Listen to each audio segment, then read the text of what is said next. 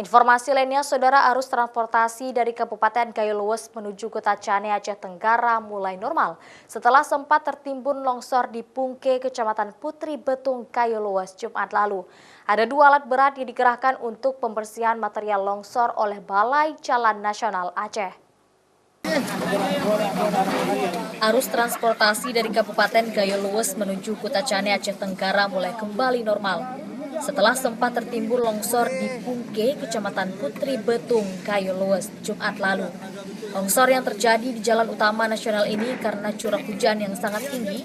Selain itu, kawasan Gayo Luwes dan Aceh Tengah termasuk daerah rawan longsor. Sempat terjadi kemacetan panjang karena lumpur yang menggenangi jalan cukup tebal. Namun pihak Balai Jalan Nasional Aceh bersama PT PNP sebagai pihak ketiga dalam proyek pemeliharaan jalan mulai membersihkan material longsor.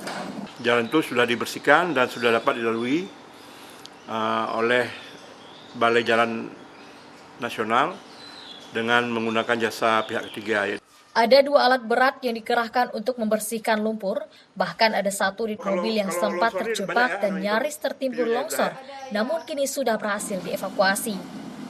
Selain itu, masyarakat setempat bersama BPBD Gayo Luwes juga turut membantu dengan mengalihkan arus transportasi ke jalan alternatif lainnya.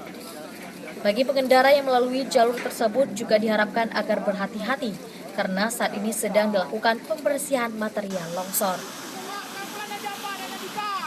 Nova Mistayanti, Kompas TV, Banda Aceh.